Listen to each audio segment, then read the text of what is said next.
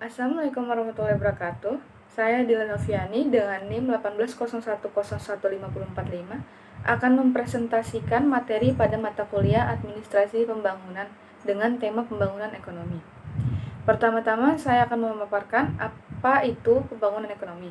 Pembangunan ekonomi merupakan suatu proses yang menyebabkan pendapatan per kapita penduduk suatu masyarakat meningkat dalam jangka panjang, disertai dengan perubahan ciri-ciri penting suatu masyarakat, yaitu perubahan dalam keadaan sistem politik, struktur sosial, nilai-nilai masyarakat, dan struktur kegiatan ekonominya. Pembangunan ekonomi sendiri memiliki 4 sifat penting, antara lain yaitu: pertama, suatu proses; kedua, usaha untuk meningkatkan pendapatan per kapita; ketiga, kenaikan pendapatan per kapita berlangsung dalam jangka panjang; keempat, kenaikan pendapatan per kapita dibarengi terjadinya perubahan teknologi dan atau kelembagaan. Pertama, pembangunan ekonomi perlu dipandang sebagai suatu proses.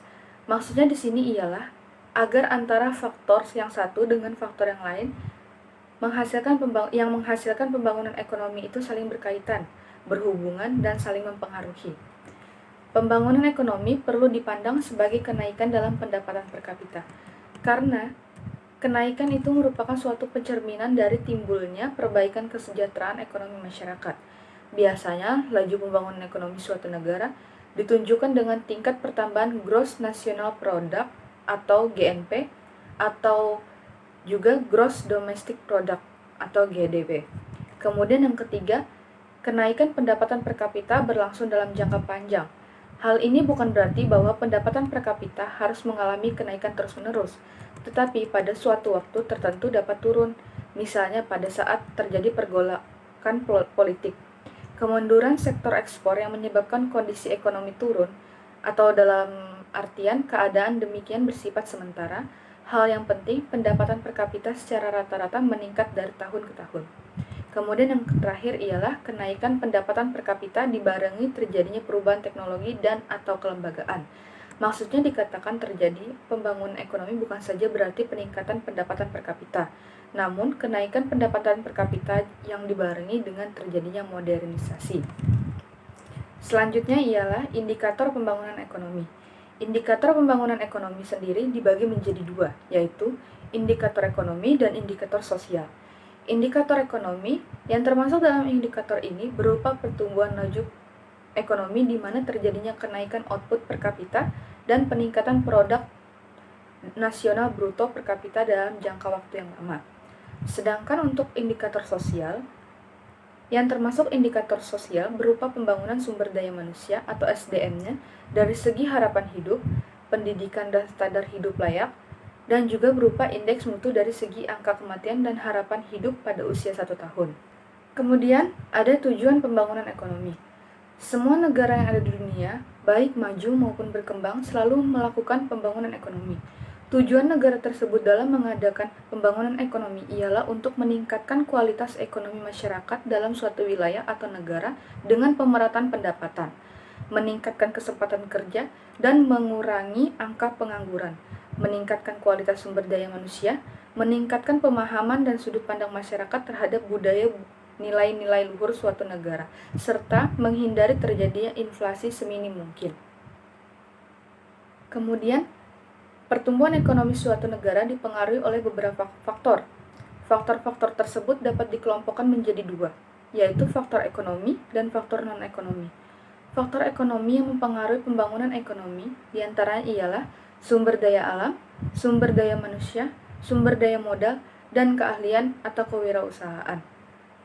Sumber daya alam yang meliputi tanah dan kekayaan alam seperti kesuburan tanah, keadaan iklim atau cuaca, hasil hutan, tambang, dan hasil laut sangat mempengaruhi pertumbuhan industri suatu negara, terutama dalam hal penyediaan bahan baku produksi. Sementara itu, keahlian dan kewirausahaan dibutuhkan untuk mengolah bahan mentah dari alam menjadi sesuatu yang memiliki nilai lebih tinggi, atau disebut juga sebagai proses produksi. Kemudian, sumber daya manusia. Sumber daya manusia juga menentukan keberhasilan pembangunan nasional melalui jumlah dan kualitas penduduk. Jumlah penduduk yang besar merupakan pasar potensial untuk memasarkan hasil-hasil produksi, sementara Kualitas penduduk menentukan seberapa besar produktivitas yang ada. Sementara itu, sumber daya modal dibutuhkan manusia untuk mengolah bahan mentah tersebut. Pembentukan modal dan investasi ditujukan untuk menggali dan mengolah kekayaan. Sumber daya modal berupa barang-barang modal sangat penting bagi perkembangan dan kelancaran pembangunan ekonomi, karena barang-barang modal juga dapat meningkatkan produktivitas. Sedangkan faktor non-ekonomi mencakup kondisi sosial kultur yang ada di masyarakat, keadaan politik, kelembagaan, dan sistem yang berkembang dan berlaku. Manfaat pembangunan ekonomi. Manfaat pembangunan ekonomi sendiri dapat saya sebut di sini. Yang pertama, output atau kekayaan suatu masyarakat atau perekonomian akan bertambah. Kedua, kebahagiaan penduduk akan bertambah karena dengan adanya pembangunan ekonomi dapat menambah kesempatan untuk mengadakan pilihan yang lebih luas. Ketiga, memberikan kesempatan kepada manusia yang lebih besar untuk memanfaatkan alam sekitarnya. Keempat, memberikan kebebasan kepada manusia untuk memilih kesenangan yang lebih luas. Kelima, tersedia lebih banyak jasa yang berfungsi untuk memenuhi kebutuhan manusia. Dan yang keenam, ialah mengurangi atau meminimalisir jurang perbedaan antara negara-negara yang sedang berkembang dengan negara-negara maju. Permasalahan pembangunan ekonomi di negara sedang berkembang. Berikut merupakan beberapa permasalahan pembangunan ekonomi yang sering terjadi di negara sedang berkembang, yaitu 1. Ketergantungan dengan sektor pertanian primer. Pada umumnya, negara berkembang hanya bergantung pada sektor pertanian dan perkembangan saja, atau bahkan hanya bergantung pada pertanian saja, sehingga pembangunan ekonomi tidak dapat berjalan dengan efektif dan efisien. Kedua, rendahnya produktivitas.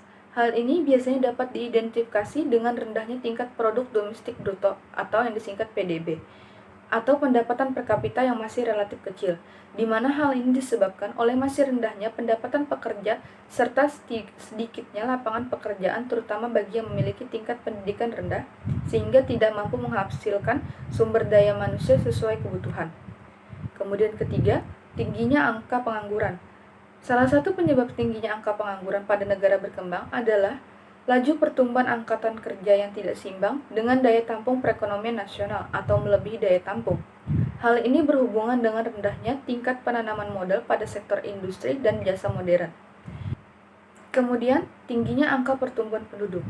Selain akibat dari tingginya angka pertumbuhan penduduk di negara berkembang yang jauh lebih banyak daripada negara maju, faktor distribusi penduduk yang tidak merata, yaitu jumlah penduduk yang hanya berfokus pada wilayah tertentu juga menjadi faktor yang menyebabkan terjadinya pendapatan yang tidak merata.